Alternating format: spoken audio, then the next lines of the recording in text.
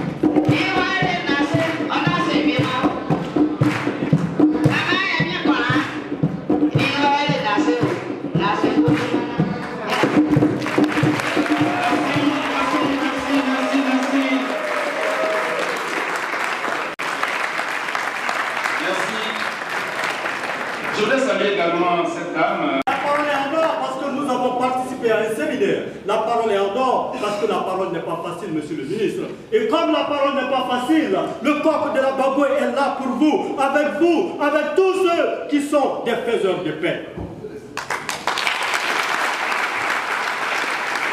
La parole n'est pas facile, monsieur le ministre. Je marchais sur la route de la paix lorsque j'ai vu des incongruités. Je marchais sur la route de la paix lorsque j'ai vu que des choses incommensurables se passaient en Afrique, en Europe, en Asie et même en Amérique. Mais en Côte d'Ivoire, nous avons décidé de conjurer le mauvais sort, monsieur le ministre. Je marchais sur la route de la paix lorsque j'ai compris que la solidarité, la tolérance, l'union et le respect d'autrui sont des valeurs auxquelles nous devrons nous associer, monsieur le ministre. Je marchais sur la route de la paix lorsque j'ai vu l'œil en train de pleurer parce que le doigt était blessé. Et quand l'œil pleure, le doigt blessé nettoie les larmes. La solidarité. Aïe, Africa, oh Africa, oh liberté. Je me souviens comme si c'était hier. Maman Africa, aïe, Côte d'Ivoire, oh mon pays, oh liberté. Et c'était la voix de la Baboué, le coq de la Baboué vous salue. La parole n'est pas facile. Merci de rassembler le coq de la Baboué.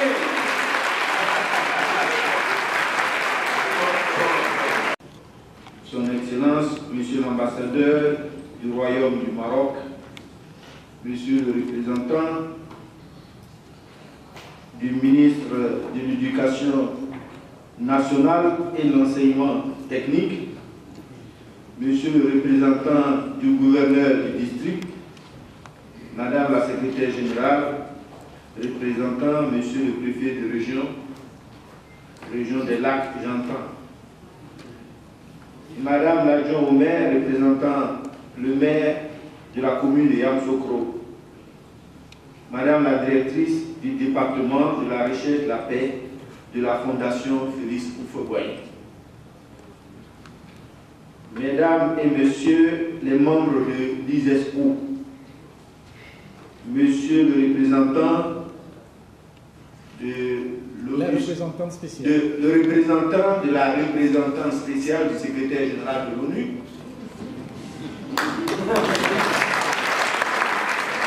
Mesdames et Messieurs les membres du cabinet, des cabinets ministériels, Mesdames et Messieurs les directeurs généraux, directeurs centraux et chefs de service, Mesdames et Messieurs les représentants des partenaires techniques, Mesdames et Messieurs les experts nationaux et étrangers, j'allais dire experts nationaux et des pays frères, honorables chefs coutumiers, chers parents,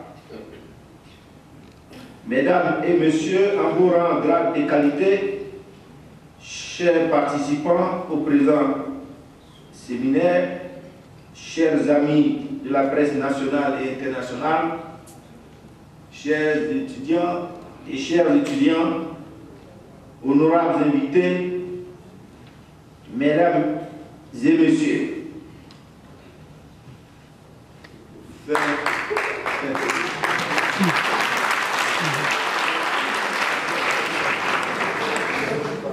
Faire un discours pour parler de paix dans cette enceinte est une œuvre très difficile. Parce que le père fondateur de la Côte d'Ivoire moderne a dit la paix, ce n'est pas un mot, c'est un comportement. La paix, ce n'est pas un discours. Je voudrais donc, mesdames et messieurs, vous inviter à vous lever pour une minute de méditation.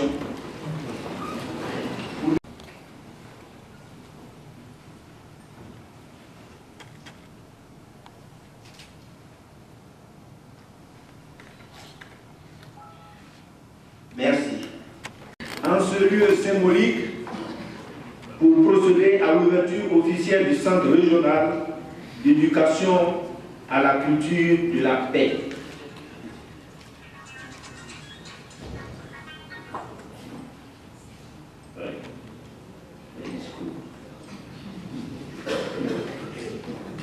Comme le disait quelqu'un, la paix n'arrive jamais par surprise. La paix ne tombe pas du ciel comme la pluie. Elle vient à ceux qui la préparent.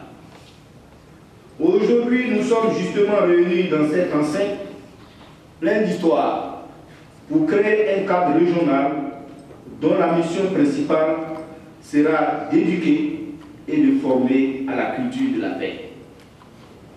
C'est dire combien de fois nous aspirons tous à la paix, c'est-à-dire à une Afrique saine et prête à se développer.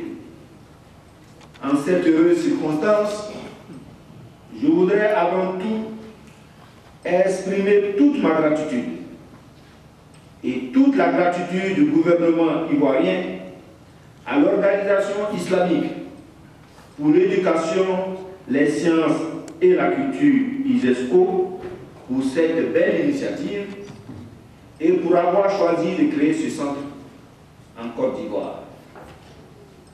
Je voudrais particulièrement remercier le directeur général de l'ISESCO pour tout l'intérêt que son organisation et lui-même portent à la Côte d'Ivoire. Monsieur Najib Riati, je vous dis à quoi va, c'est-à-dire bienvenue en Côte d'Ivoire, à Yamoussoukro. Merci pour votre présence et veuillez transmettre à monsieur le directeur général nos mots de reconnaissance et de remerciement.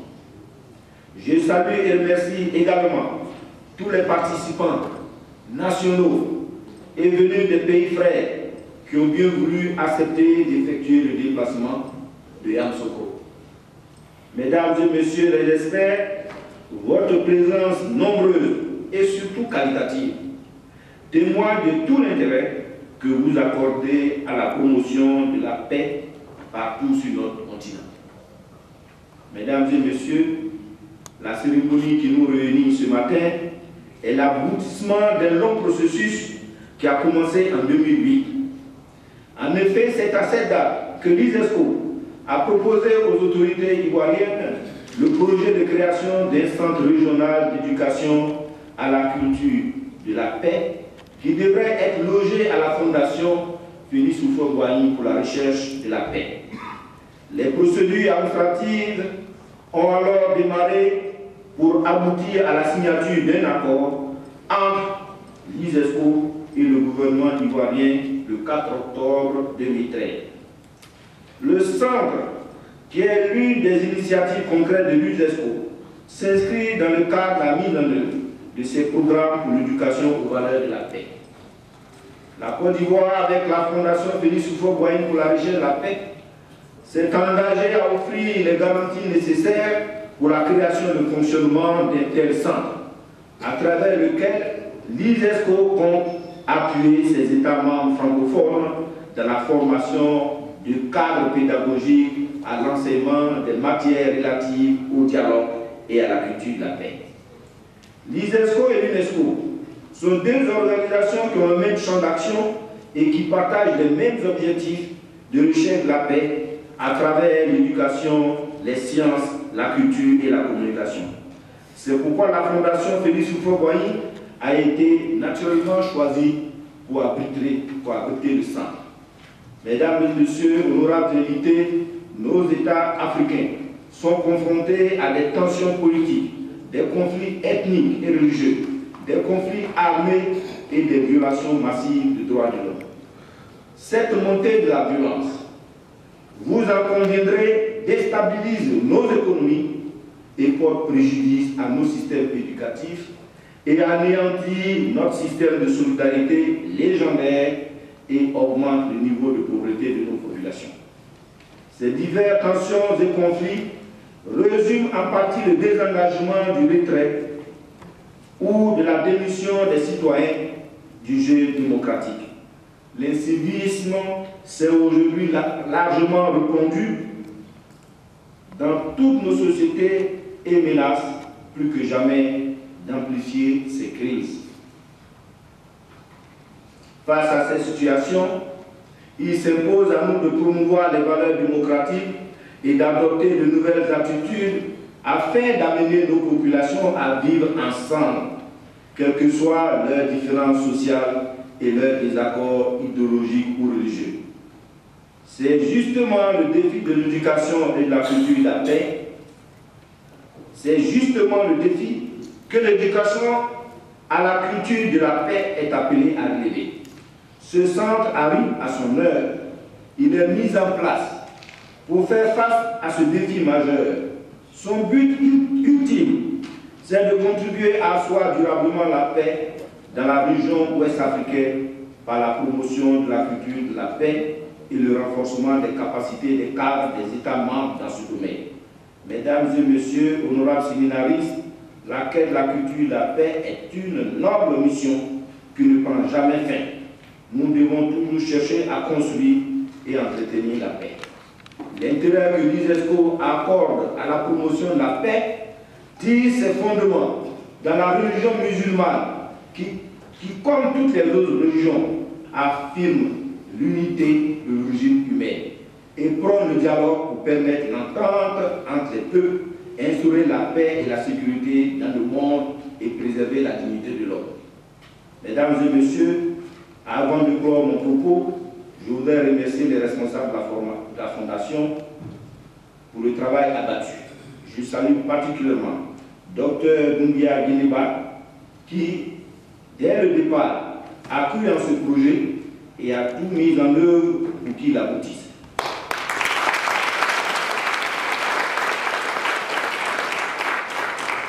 J'ai eu les échos. Les débuts n'ont pas été faciles, mais votre engagement personnel et l'implication de toute l'équipe de la Fondation ont fini par payer. J'exhorte les animateurs de ce nouveau centre à travailler d'arrache-pied pour le faire fonctionner correctement. Je les engage à se plonger continuellement dans l'action et dans la réflexion, afin d'imaginer des mécanismes innovants et efficaces qui nous permettront de mieux éduquer nos populations à la culture de la paix, gage d'un développement harmonieux de nos pays. C'est sur ces mots d'espoir que je voudrais déclarer officiellement ouvert alors le centre régional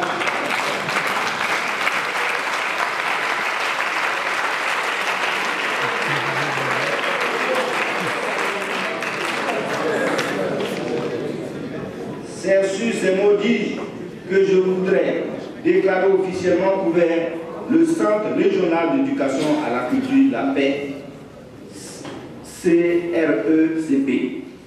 Je vous remercie. remercie ainsi pour votre aimable attention. Bon retour chez vous.